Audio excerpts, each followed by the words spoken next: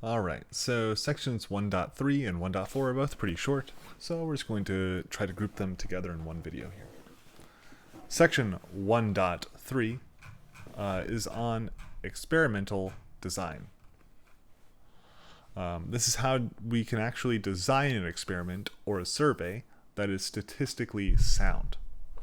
This is a very involved process, so this is actually just a small introduction. Let me make this a little bit larger. There we go. So, we have some guidelines for planning a statistical study.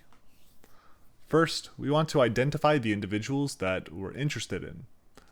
Realize that you can only make conclusions for these individuals.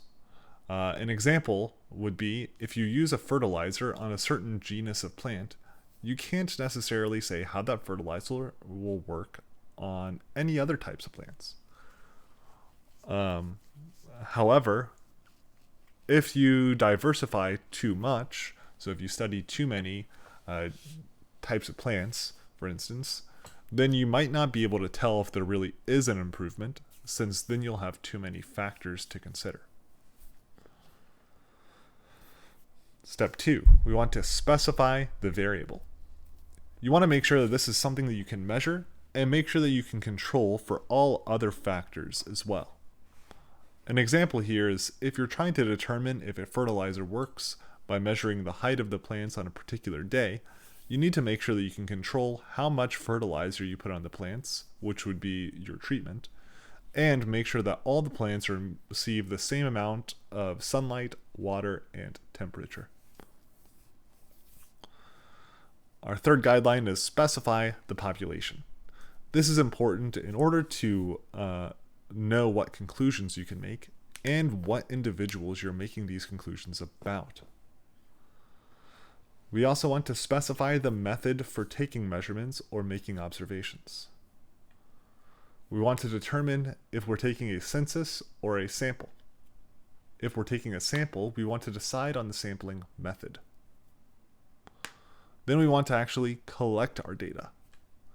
And using appropriate descriptive statistics methods, we want to use appropriate descriptive statistics methods and make decisions using appropriate inferential statistics methods.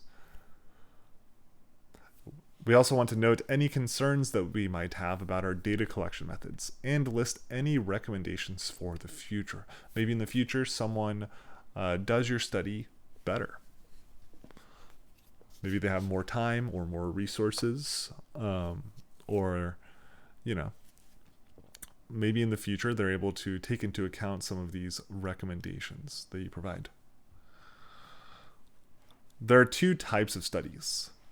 An observational study is when an investigator collects data merely by watching or asking questions. They don't change anything. And an experiment is when the investigator changes a variable or imposes a treatment to determine its effect.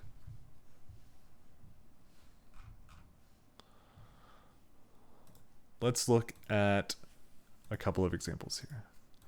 We're going to state if the following is an observational study or an experiment. Polling students to see if they favor increasing tuition. In this case, this is an observational study.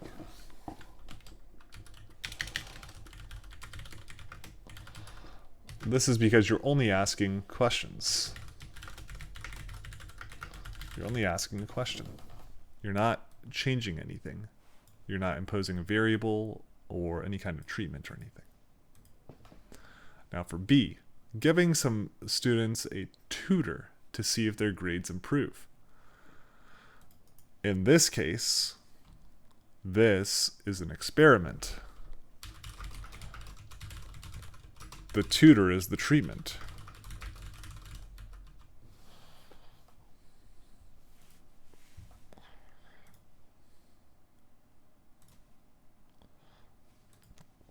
So, many observational studies involve surveys.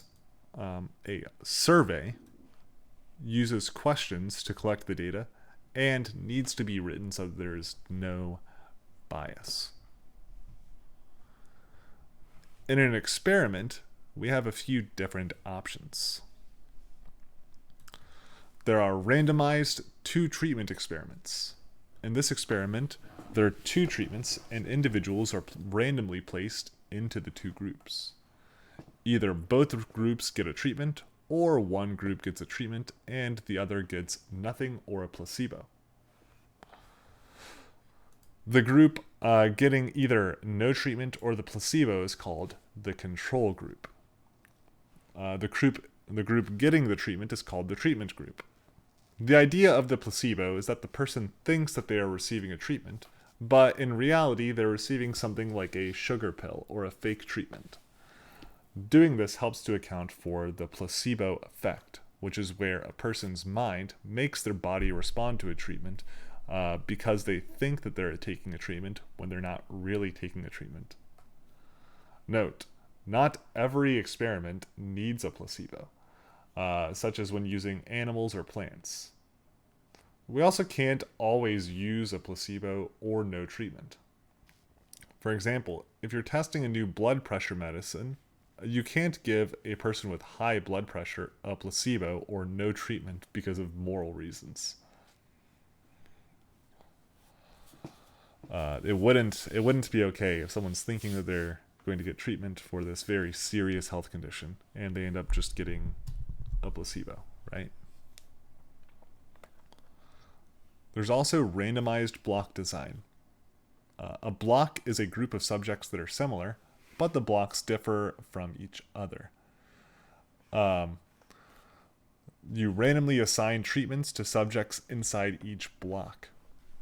An example would be separating students into full-time versus part-time, then randomly picking a certain number of full-time students to get the treatment and a certain number of part-time students to get the treatment. This way, some of each type of student gets the treatment, and some of each type of student doesn't get the treatment.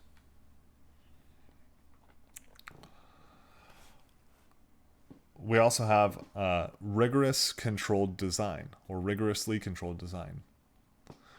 Carefully assign subjects to different treatment groups so that those given each treatment are similar in ways that are important to the experiment.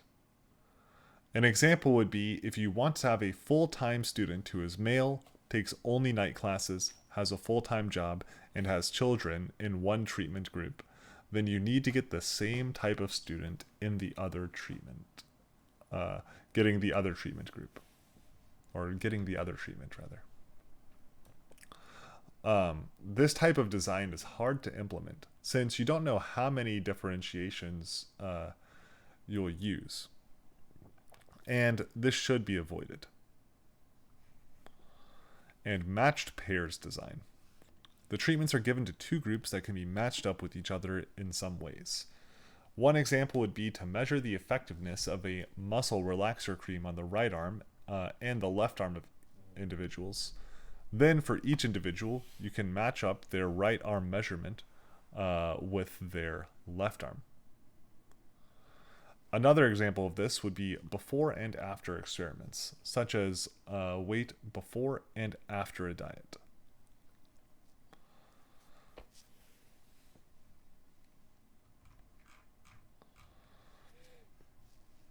And we just have a little bit more left. We just have a few additional definitions. Did I misspell definitions? I didn't have definitions. There we go. We have a few additional definitions left in 1.3. Replication is the repetition of an experiment on more than one subject, so you can make sure that the sample is large enough to distinguish the true effects from random effects.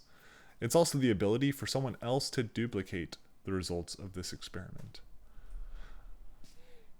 A blind study is where the individual does not know which treatment they're getting or if they're getting a treatment or placebo. A double-blind study is where neither the individual nor the researcher knows who is getting which treatment or who is getting the treatment and who's getting the placebo. This is important so there can be no bias created by either the individual or the researcher. One last consideration is the time period that you're collecting the data over. There are 3 types of time periods that you can consider. There are cross-sectional studies. These are data observed, measured, or collected at one point in time. Retrospective or case control studies. These are data collected from the past using records, interview, and other similar artifacts. And there are prospective, also called longitudinal or cohort studies. This is data collected in the future from groups sharing common factors.